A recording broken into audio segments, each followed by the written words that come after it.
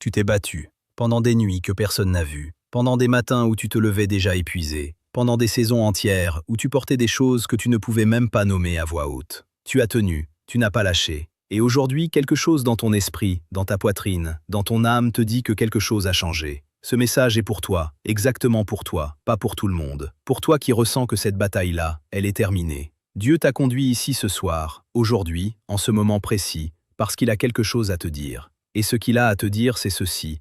La bataille est terminée. Tu as gagné. Et ton nouveau travail maintenant, c'est de te reposer. Avant d'aller plus loin, si tu te sens différent des autres, si tu te sens à part, si tu portes des choses que personne autour de toi ne comprend vraiment, si tu es profondément attiré par Dieu sans pouvoir toujours l'expliquer, alors cet espace a été créé pour toi. Pas par hasard, par la grâce. Tu es vu, tu es connu, tu es choisi. Abonne-toi maintenant, clique sur la cloche. Ce canal est un espace de guerre spirituelle, de prophétie, de profondeur et de paix. Chaque vidéo est faite pour les élus qui veulent aller plus loin dans leur relation avec Dieu. Rejoins cette famille. Appuie sur abonne-toi maintenant avant de continuer. Parce que ce que tu vas recevoir ici, tu ne veux pas le manquer. Et maintenant, installe-toi. Parce que ce que Dieu a à te dire ce 16 mai va changer quelque chose en toi. Pas demain, ce soir, maintenant. Reste avec moi. Le poids de la bataille. Avant de comprendre pourquoi le repos est ton nouveau travail, il faut qu'on parle de ce que tu as vraiment traversé. Parce que trop souvent, les gens autour de toi n'ont pas mesuré la réalité de ce que tu portais. Ils voyaient ta surface, ton sourire du dimanche, ta façon de dire que ça allait, ta manière de continuer à fonctionner même quand tout brûlait à l'intérieur. Mais Dieu, lui, il voyait tout. Il voyait les nuits, il voyait les larmes que tu retenais, il voyait les prières que tu murmurais dans le noir, celles que tu n'osais même pas formuler à voix haute, tellement elles étaient profondes, tellement elles étaient urgentes, tellement tu avais peur qu'elles ne montent pas assez haut. Il y a eu des batailles dans ta famille, des choses qui auraient dû te briser et qui ont essayé de te briser. Des attaques que tu n'avais pas vues venir, des trahisons qui sont venues de là où tu ne t'y attendais pas, des portes qui se fermaient au moment même où tu pensais qu'elles allaient s'ouvrir. Des moments où tu te demandais si Dieu t'avait vraiment appelé ou si tu avais imaginé tout ça. Des saisons de silence divin qui pesaient des tonnes. Et pourtant tu as prié. Et pourtant tu as jeûné. Et pourtant tu as adoré, même à travers les larmes. Et pourtant tu t'es levé des matins où tout en toi voulait rester couché. Et pourtant tu as parlé de Dieu à d'autres alors que toi-même tu traversais une tempête intérieure que personne ne voyait. Ce que tu as traversé, ça s'appelle une bataille spirituelle réelle, pas une métaphore, une guerre. Contre des forces qui voulaient ta destination, contre des esprits qui savaient que si tu arrivais là où Dieu t'appelle, ça changerait des générations. C'est pour ça qu'ils ont tout essayé. C'est pour ça que c'était aussi dur. Ce n'était pas une punition, c'était une confirmation. Et aujourd'hui, ce 16 mai, Dieu dit, cette phase-là, elle est fermée. Tu as tenu. La bataille est terminée. Si tu reçois ça dans ton esprit, écris « Victoire » dans les commentaires maintenant. Laisse Dieu savoir que tu reçois cette parole pour ta vie. Aujourd'hui, j'y ai quelque chose à vous avouer. J'ai mis des années à comprendre pourquoi certaines personnes semblent attirer naturellement le succès, l'amour, l'abondance, pendant que d'autres courent sans jamais y arriver. La réponse? Ce n'est pas une question de chance, c'est une question de fréquence. J'ai condensé tout ce que j'ai appris dans un guide complet de 21 jours, le livre Code vibratoire. Ce que tu trouveras à l'intérieur. Un programme jour par jour pour nettoyer et reprogrammer ton énergie. Les techniques de manifestation les plus puissantes, 369, scripting, Pilo méthode. Le guide complet des chakras, des fréquences solfège et de l'astrologie vibratoire. 40 affirmations de haute fréquence pour tous les domaines de ta vie. Le lien est dans ma description. Commence ton voyage aujourd'hui. Si tu lis encore ceci, c'est que quelque chose en toi cherche à changer. Mon livre Code vibratoire est là pour t'accompagner pendant 21 jours. Pas avec de la pensée positive en surface, mais avec une vraie reprogrammation en profondeur. Conçu pour ceux qui savent qu'ils méritent mieux et veulent enfin le prouver à l'univers. Télécharge-le dès aujourd'hui via le lien en description. Ce n'est pas ce que tu fais qui définit ce que tu attires, c'est ce que tu émets. J'ai écrit ce livre pour toi, pour qu'en 21 jours, tu deviennes enfin la fréquence de ce que tu désires. Code vibratoire, lien en bio. Ne laisse pas passer cette opportunité de transformer ta vie. Depuis que j'ai partagé mon guide avec mes premiers lecteurs, les retours sont incroyables. Des personnes qui bloquaient depuis des années sur leur situation financière, leurs relations, leur santé, ont commencé à voir des changements réels après quelques jours seulement. Pas de magie, juste une méthode sérieuse, construite sur la science des fréquences, la psychologie de l'abondance et des pratiques spirituelles ancestrales. Le code vibratoire est disponible maintenant. Si tu es prêt à changer de fréquence, il est temps. Lien en description ou dans la première commentaire. Épingle. Qui sont les élus? Le titre de cette vidéo commence par un mot, élu. Et ce n'est pas un mot utilisé à la légère ici. Ce n'est pas un mot religieux vide. C'est une réalité spirituelle que Dieu a établie avant même la fondation du monde, et il faut qu'on en parle clairement ce soir, parce que beaucoup de personnes qui regardent cette vidéo en ce moment ne savent pas vraiment qu'elles font partie de ce groupe. Les élus, ce ne sont pas les parfaits, ce ne sont pas ceux qui n'ont jamais douté, ce ne sont pas ceux qui n'ont jamais péché, jamais chuté, jamais dit des mots qu'ils regrettaient. Les élus, ce sont ceux que Dieu a appelés avec un appel irrévocable, ceux sur lesquels il a posé une marque, un sceau, un désir de lui qui ne s'éteint jamais complètement, même dans les pires saisons. Est-ce que tu te reconnais? Tu es de ceux qui ne peuvent pas rester loin de Dieu longtemps. Tu peux essayer. Tu peux essayer de vivre comme si Dieu n'existait pas, comme si la foi n'était pas réelle, comme si tout ça c'était pour les autres. Mais il y a quelque chose en toi qui revient toujours. Une faim, une soif, un manque que rien dans ce monde ne peut vraiment remplir. Et tu le sais, au fond de toi, tu le sais. Les élus, ce sont aussi souvent ceux qui se sentent différents, incompris, à part, pas à leur place dans certains espaces, trop spirituels pour ceux qui ne le sont pas, trop humains pour ceux qui veulent jouer à être parfaits. Tu vis dans cet espace intermédiaire, et parfois c'est solitaire. Mais ce n'est pas une erreur, c'est une position. Dieu t'a mis là, entre deux mondes, parce qu'il t'a appelé à être un pont, un porteur, un intercesseur. Être élu, ça ne signifie pas que ta vie est facile. Ça signifie que ta vie a un poids éternel. Ça signifie que ce que tu traverses n'est pas aléatoire. Ça signifie que Dieu est activement impliqué dans chaque saison, même les plus sombres, surtout les plus sombres. Et aujourd'hui, il te dit « Tu es vu, tu es connu, tu es choisi ». Écris « élu » dans les commentaires si tu reçois cette identité pour toi aujourd'hui. Ce que la victoire signifie vraiment. Quand on dit que la bataille est terminée et que tu as gagné, il faut qu'on définisse ce que cette victoire veut vraiment dire. Parce que la victoire spirituelle ne ressemble pas toujours à ce qu'on imagine. Elle ne ressemble pas toujours à une fête avec des ballons et des applaudissements. Elle ne ressemble pas toujours à une annonce publique, à un moment spectaculaire, à quelque chose que tout le monde peut voir et reconnaître. Parfois, la victoire ressemble à un matin calme après des mois de tempête. Parfois, la victoire ressemble à une paix qui arrive doucement, sans explication rationnelle, juste une paix qui dépasse toute intelligence humaine. Cette paix dont parle Paul dans Philippiens 4. Parfois, la victoire ressemble à quelque chose qui se relâche dans ta poitrine. Un poids que tu portais depuis si longtemps, que tu ne te souviens même plus de ce que c'était de ne pas le porter. Et soudain, il n'est plus là.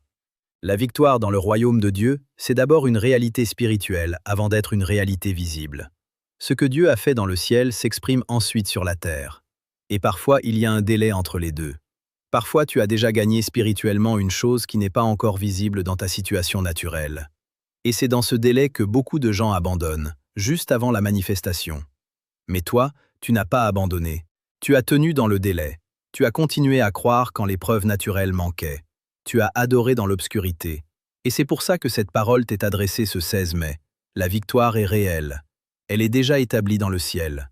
Et elle commence à se manifester dans ta vie naturelle maintenant, aujourd'hui, dans cette saison. La victoire, ça veut dire aussi que l'ennemi a perdu son dossier sur toi dans cette bataille précise. Cette chose qu'il utilisait contre toi, cette porte par laquelle il entrait pour t'attaquer, cette faiblesse qu'il exploitait, Dieu a fermé ce chapitre. C'est terminé. Reçois ça. Dis à voix haute, la victoire est mienne dans le nom de Jésus. Et écris « manifestation » dans les commentaires pour activer la déclaration sur ta vie. Le piège après la victoire. Maintenant, il faut qu'on parle de quelque chose que presque personne ne te dit, et c'est l'une des parties les plus importantes de ce message. Il y a un piège très réel qui attend les élus juste après une grande victoire. Et ce piège a fait tomber des grands, des prophètes, des hommes et des femmes que Dieu utilisait avec une puissance extraordinaire. Ce piège, c'est l'incapacité à se reposer après la bataille. C'est continuer à se battre quand la bataille est déjà terminée. C'est rester en mode guerre, alors que Dieu a dit que c'était l'heure du repos. C'est l'hypervigilance spirituelle qui ne sait plus s'éteindre. C'est cette incapacité à lâcher, à souffler, à recevoir ce que Dieu a préparé pour la saison d'après. Regarde le prophète Élie dans 1 Rois 18 et 19. Il vient de remporter une victoire extraordinaire sur le mont Carmel. Le feu de Dieu est descendu. Les prophètes de Baal ont été confondus. C'est une victoire massive, publique, spectaculaire.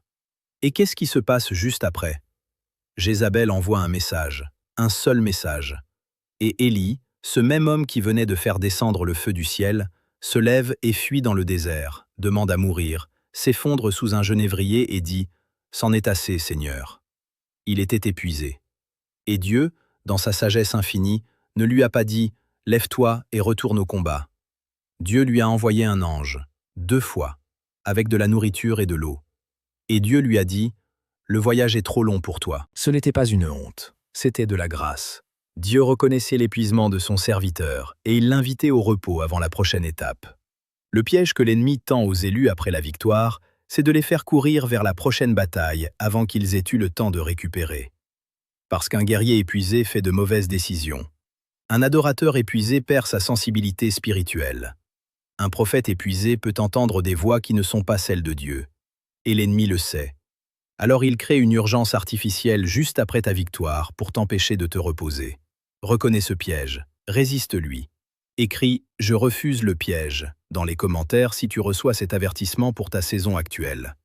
Dieu et le repos, une théologie du sabbat.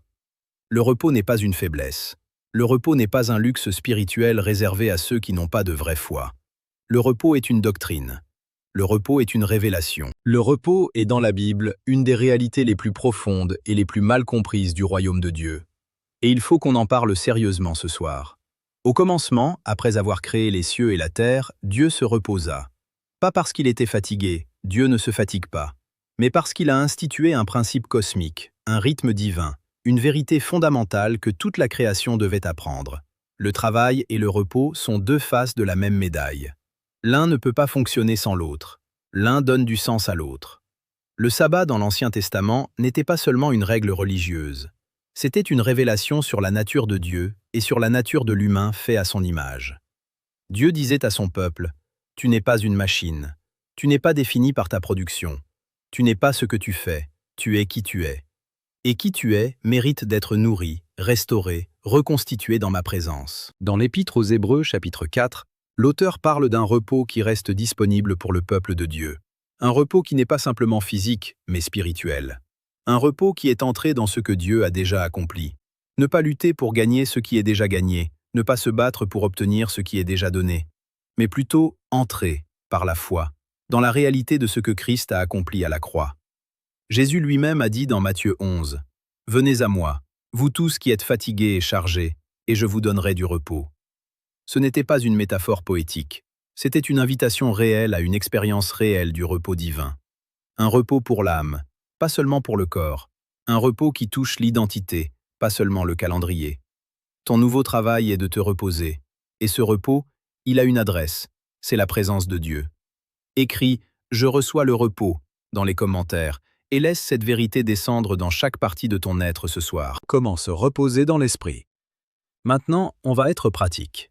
Parce que beaucoup de personnes entendent le message du repos, y adhèrent en théorie, mais ne savent pas comment le vivre concrètement. Et c'est une question légitime. Comment est-ce qu'on se repose spirituellement? À quoi ça ressemble dans le quotidien d'un élu qui a été en mode guerre pendant des mois ou des années? La première chose, c'est de changer ta posture de prière. Tu as peut-être passé des mois, des années même, à prier avec une intensité guerrière absolument nécessaire pour la saison que tu traversais. Des prières de déclaration, de rupture, de délivrance, de combat. Et ces prières étaient justes pour leur saison. Mais maintenant, Dieu t'invite à un autre type de prière. La prière de repose, la prière de contemplation, la prière où tu parles moins et où tu écoutes plus, la prière où tu t'assieds dans la présence de Dieu sans agenda, sans liste de demandes, juste pour être avec lui. La deuxième chose, c'est de permettre à ton corps de participer au repos spirituel. Beaucoup d'élus négligent leur corps dans la guerre spirituelle. Ils oublient de dormir suffisamment, de manger, de bouger, de respirer. Et Dieu est le Dieu du corps aussi. Rappelle-toi Élie sous le genévrier. L'ange lui a apporté de la nourriture. Dieu a commencé par le restaurer physiquement avant de lui parler prophétiquement. Honore ton corps comme le temple du Saint-Esprit que la parole dit qu'il est. La troisième chose, c'est de créer des espaces de silence dans ta vie. Le silence est devenu rare et presque suspect dans notre culture de bruit et de contenu permanent. Mais le silence est un sol fertile pour entendre Dieu. Élie a entendu Dieu non pas dans le vent violent, non pas dans le tremblement de terre, non pas dans le feu, mais dans une voix douce et subtile. Cette voix douce et subtile ne peut pas être entendue dans le bruit. Il faut du silence. La quatrième chose, c'est de t'entourer d'adorateurs. Le repos spirituel se cultive aussi dans la communauté, dans l'adoration collective, dans la prière partagée, dans la parole reçue ensemble. Ne porte pas seul ce que Dieu a conçu pour être porté en communauté. Écris « posture de repos » dans les commentaires si tu t'engages à changer ta posture cette semaine pour entrer dans ce que Dieu t'offre. Aujourd'hui, j'y ai quelque chose à vous avouer.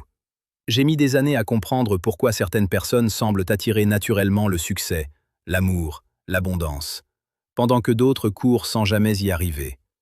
La réponse? Ce n'est pas une question de chance, c'est une question de fréquence. J'ai condensé tout ce que j'ai appris dans un guide complet de 21 jours, le livre Code vibratoire. Ce que tu trouveras à l'intérieur. Un programme jour par jour pour nettoyer et reprogrammer ton énergie. Les techniques de manifestation les plus puissantes. 369. Scripting. Pillow méthode. Le guide complet des chakras, des fréquences solfège et de l'astrologie vibratoire. 40 affirmations de haute fréquence pour tous les domaines de ta vie. Le lien est dans ma description. Commence ton voyage aujourd'hui. Si tu lis encore ceci, c'est que quelque chose en toi cherche à changer. Mon livre Code vibratoire est là pour t'accompagner pendant 21 jours, pas avec de la pensée positive en surface, mais avec une vraie reprogrammation en profondeur.